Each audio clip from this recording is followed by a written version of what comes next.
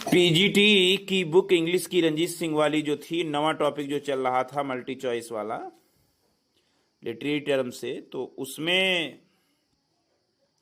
जो वो 50 क्वेश्चन हो गए थे, 51वां क्वेश्चन है। 51वां क्वेश्चन कह रहा है कि किसी अन्य व्यक्ति के बारे में गलत बयान का मौखिक या लिखित संचार जो उनकी प्रतिष्ठा को अनुचित रूप से नुकसान पहुंचाता है और आमतौर पर एक अपकृत्य या अपराध का गठन करता है। किसी अन्य व्यक्ति के बारे में गलत बयान का मौखिक या लिखित संचार, the oral or written communication of a false statement about another, और आमतौर पर एक अपकृत्य या अपराध का गठन करता है। किसी अन्य व्यक्ति के बारे में गलत बयान का मौखिक या लिखित संचार जो उनकी प्रतिष्ठा को अनुचित रूप से नुकसान पहुंचाता है और आमतौर पर एक अपकृत्य या अपराध का गठन करता है। The oral or written communication of a false statement about another that unjustly harms their reputation and usually constitutes a tort or crime. तो इसको बोलते हैं डिफेमेशन, DEFAMATION, डिफेमेशन बोलते हैं। इसको बोलते हैं मानहानि। क्या बोलते हैं? मानहानि, डिफेमेशन। ना तो झुकाव मानते हैं, इंक्लिनेशन भी नहीं मानते हैं, INCLINA, इंक्लिनेशन भी नहीं, अभिविन्यास भी नहीं मानते हैं, ओरिएंटेशन, ORIENTATION, ओरिएंटेशन भी नहीं मानते हैं, इनिंडो भी नहीं मानते हैं, INNUENDO, इनिंडो भी नहीं मानते, मानहानि मानते हैं। 92वां क्वेश्चन है, किसी लेखक द्वारा अपनी युवावस्था में रचित साहित्यिक, संगीतमय या कलात्मक कृतियाँ, किसी लेखक द्वारा अपनी युवावस्था में रचित साहित्यिक, संगीतमय या कलात्मक कृतियाँ, तो इसको बोलते हैं ज्यूवेनिलिया, JUVENILIA। ज्यूवेनिलिया मतलब होता है किशोर, संगीत में कलात्मक कृतियाँ। देखिए, यह शब्द पहली बार 1622 में, ज्यूवेनिलिया, यह शब्द पहली बार 1622 में जॉर्ज विदर के कविता, एक कवि हैं जॉर्ज विदर, WITHER, तो जॉर्ज विदर के कविता संग्रह, उनका कविता संग्रह था इवेनिलिया, उनका कविता संग्रह था इवेनिलिया, IVENILIA, इवेनिलिया जो था कविता संग्रह, उसमें दर्ज किया गया था 1622 में जॉर्ज विदर। बाद में जॉन ड्राइडन और अल्फ्रेड लॉर्ड टेनिसन जैसे अन्य उल्लेखनीय कवियों ने अपनी शुरुआती कविताओं के संग्रह के लिए इस शब्द का इस्तेमाल किया, ड्राइडन और टेनिसन जैसे लोग। उपन्यासकार जेन ऑस्टेन जो थे, जेन ऑस्टेन साहब, उन्होंने भी 18 वर्ष की आयु से पहले जो कहानियाँ और कविताएं लिखी, उन्हें उनकी जुवेनिलिया कहा जाता है। जुवेनिलिया, JUVENILIA। 18 साल की उम्र से पहले की जो उन्होंने लिखी हैं जेन ऑस्टेन साहब ने, उनको जुवेनिलिया कहा जाता है। तो किसी लेखक द्वारा अपनी युवावस्था में रचित साहित्यिक, संगीतमय या कलात्मक कृतियाँ क्या कहलाती हैं? जुवेनिलिया कहलाती हैं। 53वां क्वेश्चन है कि 8 अक्षरों वाले दोहे में लिखी गई एक गीतात्मक वर्णात्मक कविता जो अक्सर रोमांच और रोमांस की कहानियों से संबंधित होती है। 8 अक्षरों वाले दोहे में लिखी गई एक गीतात्मक वर्णात्मक कविता जो अक्सर रोमांच और रोमांस की कहानियों से संबंधित होती है। A lyrical narrative poem written in octosyllabic couplets that often deals with tales of adventure and romance. तो इसको बोलते हैं ले, या ले वाई, इसको बोलते हैं ले। देखिए, लाई भी बोलते हैं, ले भी कहते हैं। देखिए, लाई ले जो है, ये लाई LAI, लाई का मतलब होता है ले लिरिक, LAY, लिरिक LYRIQUE। तो इसको लाई या ले लिरिक या लिरिक ले एक गीतात्मक कथात्मक कविता है जो अष्टकोणीय दोहों में लिखी जाती है। जो अक्सर रोमांच और रोमांस की कहानियों से संबंधित होती है। लाई यानी वाई लाई मुख्य रूप से 13वीं और 14वीं शताब्दी के दौरान फ्रांस और जर्मनी में रची गई। 13वीं या 14वीं शताब्दी के दौरान फ्रांस या जर्मनी में ये लाई रची गई, LAIS लाई रची गई। अंग्रेजी शब्द ले पुरानी फ्रांसीसी लाई से 13वीं शताब्दी का उधार है। अंग्रेजी शब्द जो ले है ये पुरानी फ्रांसीसी जो लाई है LAI लाई का 13वीं शताब्दी का उधार है। तो ये 8 अक्षरों वाले दोहे में लिखी गई एक गीतात्मक वर्णात्मक कविता जो अक्सर रोमांच और रोमांस की कहानियों से संबंधित होती है, तो वो होता है ले। 54वां क्वेश्चन है, लघु हास्य कविता का एक लोकप्रिय रूप। लघु हास्य कविता का एक लोकप्रिय रूप जो अक्सर निरर्थक और अक्सर अश्लील होता है। इसमें 5 पंक्तियां होती हैं, जिसमें 5 पंक्तियां होती हैं, जिसमें A इसमें 5 पंक्तियां होती हैं, जिसमें जिसको बोलते हैं आब्बा, A तो आब्बा तुकांत होता है और प्रमुख मीटर एनापेस्टिक होता है। प्रमुख मीटर जो है एनापेस्टिक होता है, जिसमें तीसरी और चौथी पंक्तियों में 2 मीट्रिक फिट और अन्य में 3 फिट होते हैं। तीसरी और चौथी में 2 मीट्रिक फिट और अन्य में 3 फिट होते हैं, तो इसको बोलते हैं लिमरिक, LIMERIC के लिमरिक। देखिए जो लिमरिक होता है यह रूप 18वीं शताब्दी के शुरुआती वर्षों में इंग्लैंड में दिखाई दिया। इसे 19वीं सदी में एडवर्ड लियर ने लोकप्रिय बनाया। तो ये हो गया क्या, लिमरिक, लघु हास्य कविता का एक लोकप्रिय रूप जो अक्सर निरर्थक और अक्सर अश्लील होता है। इसमें 5 पंक्तियां होती हैं, A तुकांत होता है, प्रमुख मीटर एनापेस्टिक होता है, तीसरी और चौथी पंक्तियों में 2 मीट्रिक फिट और अन्य में 3 फिट होते हैं। 55वां क्वेश्चन है, कविता गायन और नृत्य सहित रंगमंच मनोरंजन का एक प्रकार जो 16वीं और 17वीं शताब्दियों में इंग्लैंड में विशेष रूप से शाही दरबार में प्रदर्शित किया जाता था। कविता गायन और नृत्य के साथ में रंगमंच मनोरंजन का एक प्रकार जो 16वीं और 17वीं शताब्दी में इंग्लैंड में विशेष रूप से शाही दरबार, राजा या रानी का आधिकारिक घर जिसे बोलते हैं, प्रदर्शित किया जाता है, तो उसको बोलते थे मास्क। क्या बोलेंगे, मास्क। देखिए मास्क या मस्क उत्सवपूर्ण मनोरंजन का एक रूप था जो 16वीं और 17वीं शताब्दी के आरंभ में यूरोप में फला फूला। हालांकि इसका विकास इटली में पहले हुआ था। मास्क का एक मास्क में संगीत और नृत्य, गायन, अभिनय एक विस्तृत मंच डिजाइन के भीतर होता है। शेक्सपियर के मिडसमर नाइट्स ड्रीम में शादी के मनोरंजन के रूप में पिरामस एंड थिप्से, PYRAMUS, Pyramus and Thisbe, THISB, Thisbe की देहाती प्रस्तुति एक परिचित उदाहरण प्रस्तुत करती है। दर्शकों को नृत्य में शामिल होने के लिए आमंत्रित किया गया था। अंत में खिलाड़ी अपनी पहचान प्रकट करने के लिए अपने मुखौटे उतार देते थे। खिलाड़ी लोग जो थे वो अपने मुखौटे उतार देते थे। नृत्य करने के लिए आमंत्रित किया गया था, अंत में खिलाड़ी अपनी पहचान प्रकट करने के लिए अपने मुखौटे उतार देते हैं। तो ये है मास्क। 56वां क्वेश्चन कह रहा है कि एक कहानी, नाटक या फिल्म जिसमें बहुत सारी रोमांचक चीज़ें होती हैं और जिसमें लोगों की भावनाएं वास्तविक जीवन की तुलना में अधिक मजबूत होती हैं। ए स्टोरी, प्ले और film in which a lot of exciting things happen and in which people's emotions are stronger than in real life। तो क्या इसको बोलते हैं, तो इसको बोलते हैं मेलोड्रामा। क्या बोलते हैं, मेलोड्रामा।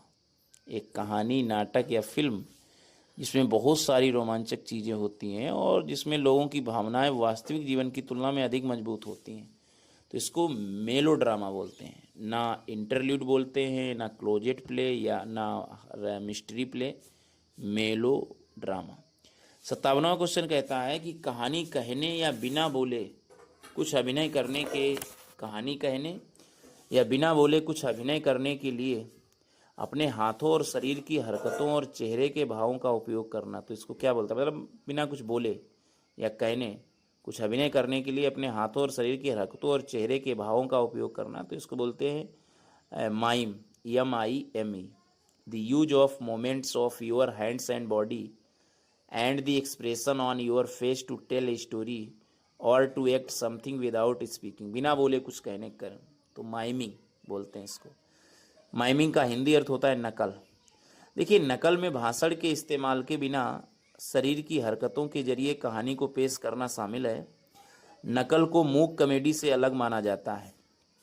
जो साइलेंट कॉमेडी होती है, तो जो माइमिंग है यानी नकल है, उससे अलग माना जाता है, जिसमें कलाकार बिना आवाज के फिल्म या नाटक का पात्र होता है। 8वां क्वेश्चन है, ऐसी सजा या हार जिसका कोई हकदार है और जिसे टाला नहीं जा सकता, ऐसा प्रतिशोध यानी अपराधों के लिए सजा, उसे ऐसा प्रतिरोध रोमांस की देवी द्वारा लाया जाता है। ऐसी सजा या हार जिसका कोई हकदार है और जिसे टाला नहीं जा सकता, तो उसे क्या कहते हैं? और ऐसा प्रतिशोध रोमांस की देवी, गॉडेस ऑफ रोमांस, RHAMNOUS, ऐसा जो है किसके द्वारा लाया जाता है? रोमांस की देवी के द्वारा लाया जाता है। तो क्या लाया जाता है? वो होता है नेमेसिस, NEMESIS, नेमेसिस यानी दास्ता। हिकेट नहीं लाते हैं, ये भी एक देवता है। डैकोट भी नहीं लाता है, डकैत। हैब्रिस भी नहीं लाता है, क्या लाता है? नेमेसिस। देखिए, प्राचीन यूनानी धर्म में नेमेसिस यानी रोमांस की देवी जो है वह देवी है नेमेसिस, जो देवताओं के सामने अहंकार में डूबे लोगों के खिलाफ प्रतिशोध लेती हैं। नेमेसिस का अर्थ है जो देना है वह देना, जो देना है वह देना। तो नेमेसिस वो देवी हैं जो सजा देती हैं लोगों को, जिसके वो हकदार होते, टलती नहीं। 59वां क्वेश्चन है, एक व्यक्तित्व गुण ग्रीक नाटकों में अत्यधिक या अत्यधिक गर्व या खतरनाक अति आत्मविश्वास जो अक्सर अहंकार के साथ संयुक्त होता है। एक ऐसा व्यक्तित्व गुण ग्रीक नाटकों में अत्यधिक गर्व या खतरनाक अति आत्मविश्वास जो अक्सर अहंकार के साथ संयुक्त होता है, तो उसको बोलते हैं ह्यूब्रिस, HUBRIS। देखिए, ह्यूब्रिस शब्द की उत्पत्ति प्राचीन ग्रीक भाषा में हुई, जहाँ संदर्भ के आधार पर इसके कई अलग अलग अर्थ थे। कानूनी उपयोग में इसका मतलब था हमला या यौन अपराध और सार्वजनिक संपत्ति की चोरी, और धार्मिक उपयोग में इसका मतलब था भगवान के खिलाफ अपराध। साहित्य में ह्यूब्रिस का मतलब है किसी व्यक्ति का बहुत ज्यादा घमंडी होना। इस घमंड से ग्रसित व्यक्ति की आमतौर पर इसलिए मृत्यु हो जाती है, इस घमंड से ग्रसित व्यक्ति की आमतौर पर इसलिए मृत्यु हो जाती है क्योंकि वह चेतावनियों को नजरअंदाज कर देता है। तो क्वेश्चन था, एक व्यक्तित्व गुण अत्यधिक या अधिक गर्व या खतरनाक अति आत्मविश्वास जो अक्सर अहंकार के साथ संयुक्त होता है, तो उसे हेब्रिस बोलते हैं, HUBRIS, हेब्रिस। 60वां क्वेश्चन है, किसी भाषा में नया शब्द या अभिव्यक्ति गढ़ने या किसी मौजूदा शब्द या अभिव्यक्ति के लिए नया अर्थ गढ़ने का कार्य क्या होता है? किसी भाषा में नया शब्द या अभिव्यक्ति गढ़ने या किसी मौजूदा शब्द या अभिव्यक्ति के लिए नया अर्थ गढ़ने का कार्य है नियोलगिज्म। क्या बोलते हैं उसको? नियोलगिज्म, NEOLOGI, इसको बोलते हैं नियोलगिज्म, मतलब नवशब्द। देखिए, नवशब्द अक्सर मौजूदा शब्दों को मिलाकर या शब्दों को नए और अनोखे प्रत्यय या उपसर्ग देकर बनाए जाते हैं। शब्दों को मिलाकर भी बनाया जा सकता है। उदाहरण के लिए ब्रंच, ब्रेकफास्ट और लंच शब्दों का मिश्रण है। यह संक्षिप्तीकरण या संक्षिप्त रूप से जानबूझकर मौजूदा शब्दों के साथ तुकबंदी करके या बस ध्वनियों के साथ खेलकर बनाया गया। बंच, ब्रेकफास्ट या लंच शब्दों का मिश्रण है। 61वां क्वेश्चन है, क्वेश्चन नंबर 61वां कह रहा है कि ऐसा नाम विशेष रूप से पूर्णतः फर्जी नाम जिसके तहत लेखक अपना वास्तविक नाम उपयोग करने के बजाय अपना कार्य प्रकाशित करता है। एक ऐसा नाम विशेष रूप से पूर्णतः फर्जी नाम जिसके तहत लेखक अपना वास्तविक नाम उपयोग करने के बजाय अपना कार्य प्रकाशित करता है, तो इसको बोलते हैं छद्म नाम, यानी नॉम डी प्लम, NOMDEPLUME, नॉम डी प्लम, इसको उपनाम भी बोलते हैं। देखिए, उपनाम जिसे नॉम डे प्लम फ्रेंच भी कहा जाता है, नॉम डी प्लम ये फ्रेंच भाषा का शब्द है। उपनाम एक छद्म नाम है जिसे लेखक द्वारा अपनाया जाता है तथा जो उनके कार्यों के शीर्षक पृष्ठ पर उनके वास्तविक नाम के स्थान पर मुद्रित होता है, इसको बोलते हैं नॉम डी प्लम। क्वेश्चन नंबर 62 कह रहा है कि जब आप अतीत के सुखद समय के बारे में सोचते हैं तो खुशी के साथ साथ दुख का भी एहसास होता है। तो जब आप अतीत के सुखद समय के बारे में सोचते हैं तो खुशी के साथ साथ दुख का भी एहसास होता है, तो इसको कहते हैं विषाद। क्या बोलते हैं इसको? Nostalgia, NOSTALGIA, nostalgia. ऐसा नहीं, लॉगिंग नहीं होता है, LONGING, लॉगिंग माने लालसा नहीं होती है। मैरी मेकिंग भी नहीं होती, MERRYMAKING, मेरी मेकिंग आनंदमय बनाना भी नहीं होता है। पास्ट लव भी, पिछला प्यार भी नहीं होता है। जब आप अभी अतीत के सुखद समय के बारे में सोचते हैं तो खुशी के साथ साथ दुख का भी एहसास होता है, इसको विषाद कहते हैं, नॉस्टैल्जिया, NOSTALGIA। 63वां है दर्शन शास्त्र की वह शाखा जो अस्तित्व, सत्ता, बनना और वास्तविकता जैसी अवधारणाओं का अध्ययन करती है। The branch of philosophy that studies concepts such as existence, being, becoming and reality. दर्शन शास्त्र की वह शाखा जो अस्तित्व, सत्ता, बनना और वास्तविकता जैसी अवधारणाओं का अध्ययन करती है उसको बोलते हैं ओंटोलॉजी। क्या बोलते हैं? Ontology, ONTOLOJ, ontology. ओडोंटोलॉजी नहीं बोलते हैं, ओडोंटोलॉजी नहीं बोलते हैं, पेनोलॉजी नहीं बोलते हैं, भूकंप विज्ञान यानी सिस्मोलॉजी नहीं बोलते हैं, SEISMOLOGY, सिस्मोलॉजी नहीं बोलते हैं, उसको बोलते हैं ओंटोलॉजी। दर्शन शास्त्र की वह शाखा जो अस्तित्व, सत्ता, बनना और वास्तविकता जैसी अवधारणाओं का अध्ययन करती है। 64वां है संपूर्ण रूप से संगीत पर आधारित एक मंचित नाटक। संगीत पर आधारित एक मंचित नाटक, संपूर्ण रूप से संगीत पर जो आधारित हो एक मंचित नाटक जिसमें वाद्य संगत के साथ गायन के अंश होते हैं और आमतौर पर ऑर्केस्ट्रा के प्रस्ताव और अंतराल होते हैं।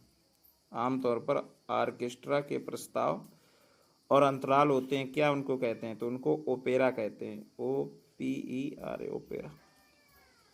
देखिए, ओपेरा थिएटर का एक रूप है जिसमें संगीत एक बुनियादी घटक है और नाटकीय भूमिकाएं गायकों द्वारा निभाई जाती हैं, लेकिन यह संगीत थिएटर से अलग है। इस तरह के प्रदर्शन में कई प्रदर्शन कलाएं शामिल होती हैं, जैसे अभिनय, दृश्य, वेशभूषा और कभी कभी नृत्य या बैले। प्रदर्शन आमतौर पर ओपेरा हाउस में ऑर्केस्ट्रा के साथ दिया जाता है। प्रदर्शन जो है, परफॉर्मेंस जो है, typically given in opera house accompanied by an orchestra. प्रदर्शन आमतौर पर ओपेरा हाउस में ऑर्केस्ट्रा के साथ दिया जाता है। तो ओपेरा थिएटर का एक रूप है, इसमें संगीत एक बुनियादी घटक है और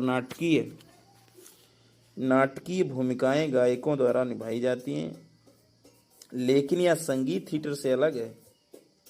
इस तरह के प्रदर्शन में कई प्रदर्शन कलाएं शामिल होती हैं, जैसे अभिनय, दृश्य, वेशभूषा और कभी कभी नृत्य या बैले। प्रदर्शन आमतौर पर ओपेरा हाउस में ऑर्केस्ट्रा के साथ दिया जाता है।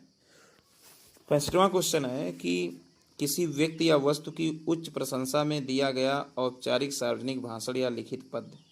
किसी व्यक्ति या वस्तु की उच्च प्रशंसा में दिया गया औपचारिक सार्वजनिक भाषण या लिखित पद क्या कहलाता है? A formal public speech or written verse delivered in high praise of a person or thing. तो इसको बोलते हैं पैनगिरिक्स। क्या बोलते हैं?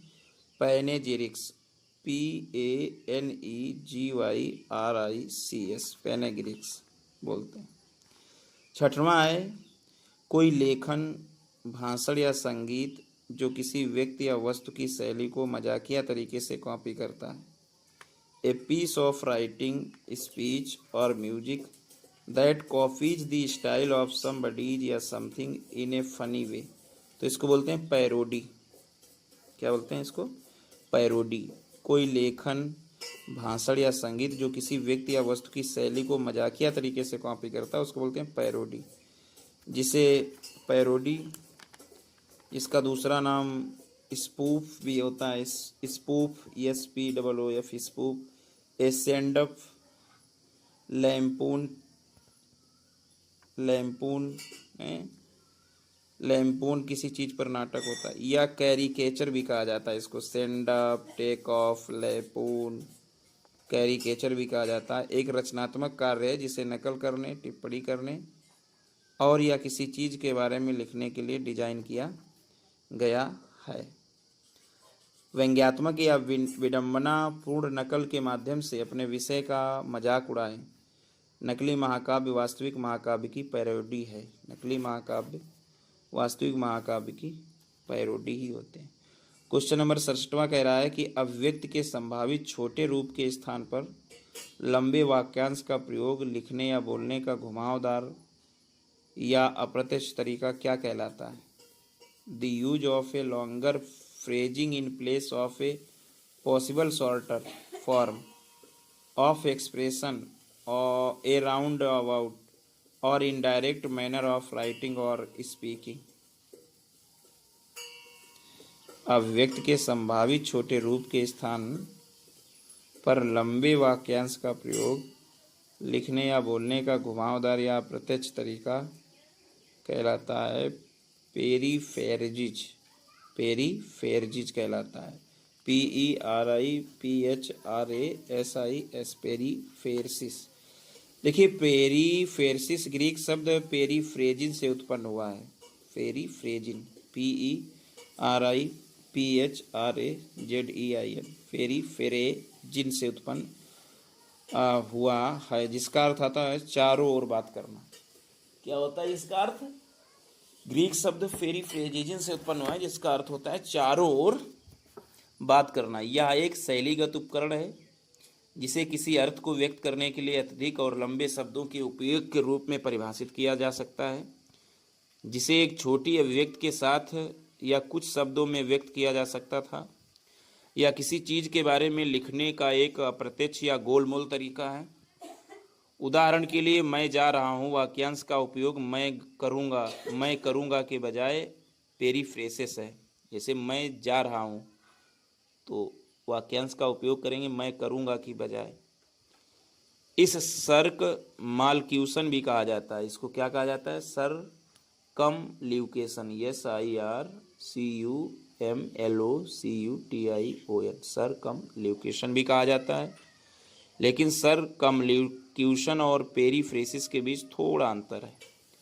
तो अभिव्यक्ति के संभावित छोटे रूप के स्थान पर लंबे वाक्यांश का प्रयोग लिखने या बोलने का घुमावदार या प्रत्यक्ष तरीका क्या होता है? पेरीफ्रेसिस होता है, जो ग्रीक शब्द पेरीफ्रेजिन से उत्पन्न हुआ है, जिसका अर्थ होता है चारों ओर बात करना। 68वां क्वेश्चन है, भाषण का अंतिम भाग जिसका उद्देश्य आमतौर पर श्रोताओं में उत्साह भरना होता है, तो उसको बोलते हैं पेरोरेशन। PERORATION, पेरोरेशन।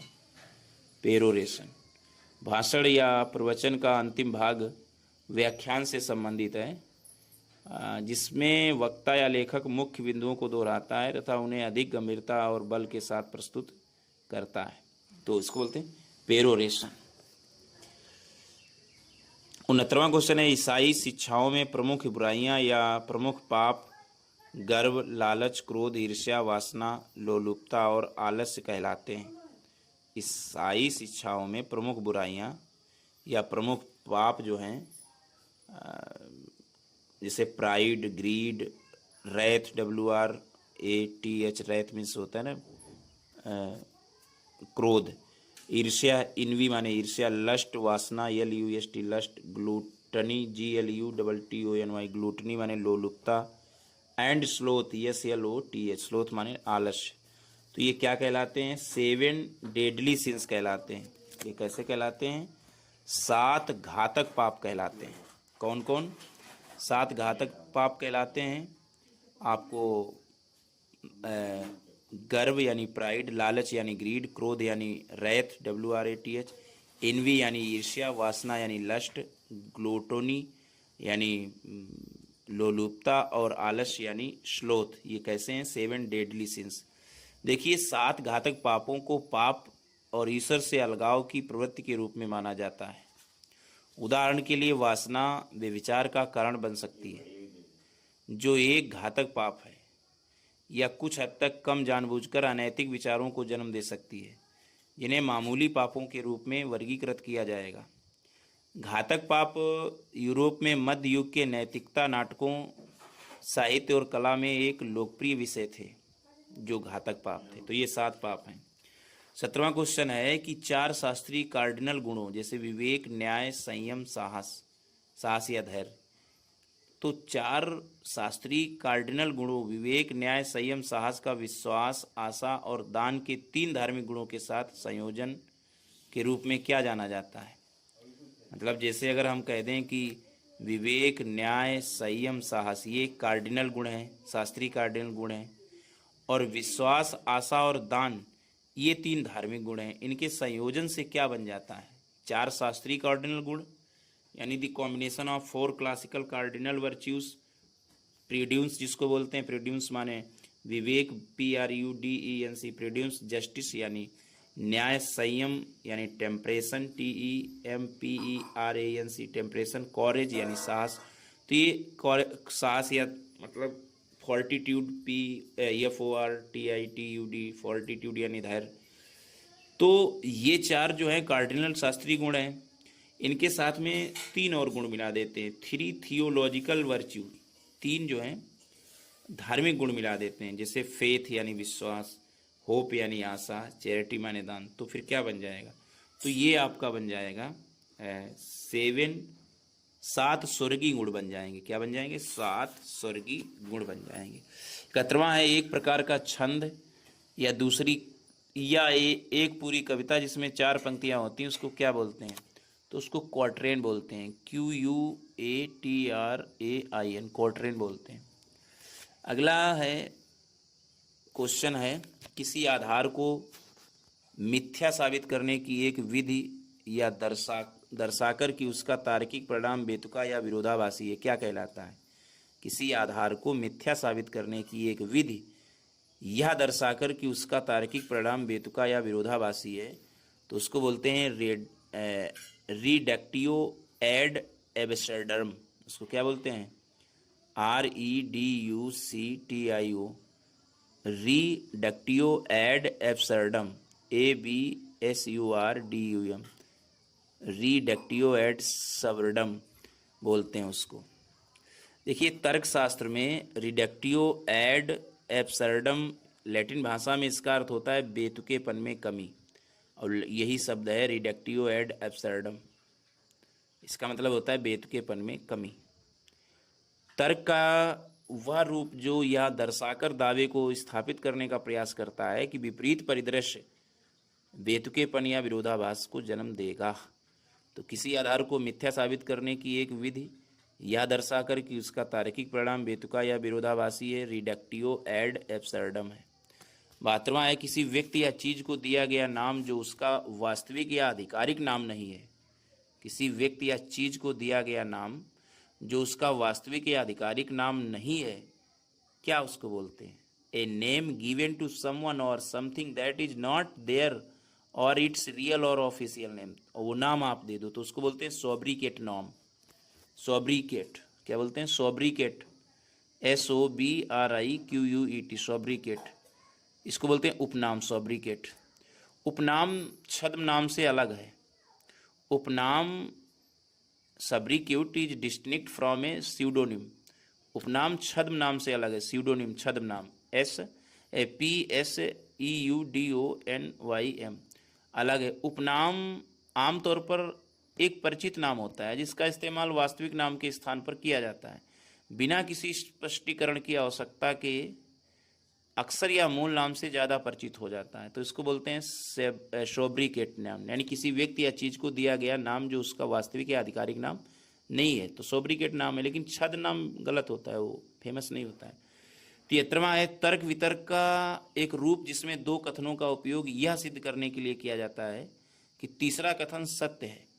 उदाहरण के लिए, सभी मनुष्य नश्वर हैं, मैं एक मनुष्य हूँ इसीलिए मैं नश्वर हूँ। तो इसको बोलते हैं सिलोजिज्म। क्या बोलते हैं? सिलोजिज्म। SYLLOGISM, सिलोजिज्म माने न्यायशास्त्र। क्या बोलते हैं इसको? न्यायशास्त्र। देखिए, न्याय वाक्य, निष्कर्ष वाक्य या अनुमान वाक्य एक प्रकार का तार्किक तर्क है जो दो प्रस्तावों के आधार पर निष्कर्ष पर पहुंचने के लिए निगमनात्मक तर्क का प्रयोग करता है। Conclusion based on two propositions that are asserted or assumed to be true। निगमनात्मक तर्क का प्रयोग करता है जिन्हें सत्य माना जाता है या मान लिया जाता है। सिलोजिज्म क्या होता है? न्याय वाक्य। कंक्लूजन भी कहते हैं इसको, निष्कर्ष, या इन्फेरेंस, INFERENC, इन्फेरेंस यानी अनुमान। Is a kind of logical argument, एक प्रकार का तार्किक तर्क है। That applies deductive reasoning to arrive to at a conclusion based on two propositions that are asserted or assumed to be true। 74वां है किसी विचार, कथन या शब्द की अनावश्यक पुनरावृत्ति। किसी विचार, कथन या शब्द की अनावश्यक पुनरावृत्ति आमतौर पर इसे शैली का दोष माना जाता है, जैसे कि वे एक के बाद एक लगातार आए हों। तो इसको बोलते हैं tautology. TAUTOLOGY। Needless repetition of an idea, statement or word generally considered to be a fault of style, they arrived one after the other in succession, it is called tautology। किसी विचार, कथन या शब्द की अनावश्यक पुनरावृत्ति आमतौर पर इसे शैली का दोष माना जाता है, तो ये होता है। और जैसे वो एक के बाद एक लगातार आए हैं तो इसको टॉटोलॉजी बोलते हैं। 75वां क्वेश्चन और आज का अंतिम क्वेश्चन लिखा है the meaning of meaning 1923, the principles of literary criticism 1924, practical criticism 1929 और द फिलॉसफी ऑफ रेटोरिक 1936 इनकी लोकप्रिय पुस्तक हैं। किसकी किसकी? द मीनिंग ऑफ मीनिंग, ये भी बहुत फेमस है, 1923 में आई। प्रिंसिपल्स ऑफ लिटरेरी क्रिटिसिज्म 1924 में आई। प्रैक्टिकल क्रिटिसिज्म 1929 में आई। The philosophy of rhetoric RHETORIC, rhetoric, इनकी लोकप्रिय पुस्तकें किसकी? IA रिचर्ड्स की। देखिए, the meaning of meaning, a study of the influence of language upon thought and of the science of symbolism, ये 1923 की एक बुक है। ये जो बुक आई थी मीनिंग ऑफ मीनिंग, ये एक पुस्तक है जिसके सहलेखक सी के ऑगडेन और IA रिचर्ड्स हैं। ये मीनिंग ऑफ मीनिंग, जो दी मीनिंग ऑफ मीनिंग किताब जो है सहलेखक में लिखी गई CK ऑगडेन, और जो ये जो आए हैं क्या बोलते हैं इसको, IA रिचर्ड्स, इन्होंने भी लिखी थी। और द मीनिंग ऑफ मीनिंग जो 1923 में आई थी, principle of literary criticism 1924, practical criticism 1929 and the philosophy of rhetoric 1936, ये पॉपुलर बुक्स हैं। लेकिन the meaning of meaning, a study of the influence of language upon thought and of the science of symbolism, ये book जो है थोड़ा साथ में लिखी गई थी। तो इस तरीके से आपके कितने क्वेश्चन हुए? 50 नहीं, 75 क्वेश्चन अब हो गए हैं। Thanks for watching and hearing my video.